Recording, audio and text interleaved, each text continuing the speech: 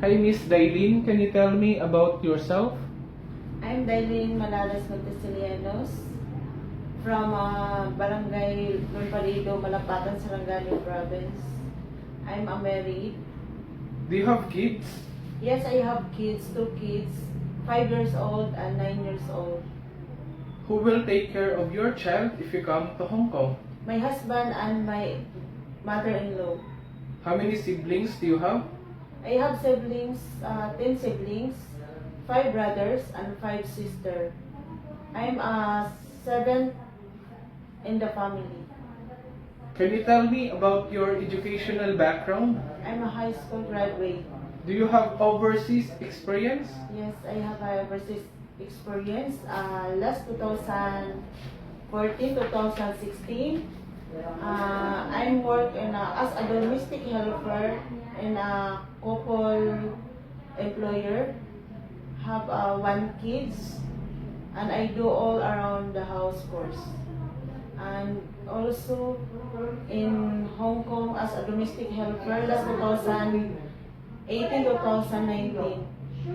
I work the couple employer have 2 kids, 14 years old and 18 years old, and I do all around house course.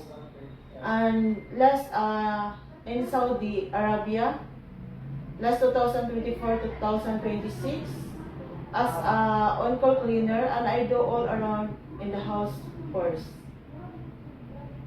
Did you finish your contract? I finished my contract in Dubai and Saudi Arabia. And about the Hong Kong, I did not finish my contract. How would you describe yourself? I will describe myself. I'm a hardworking, and also I'm a creative person and responsible. Do you have any tattoo? No, Did you undergo any kind of surgery? no. Why do you want to go abroad? I will go to abroad to earn money and to support my study of my children. Are you willing to take care a newborn baby? Yes, Could you sing a nursery song? yes. Like Johnny, Johnny, yes, Papa.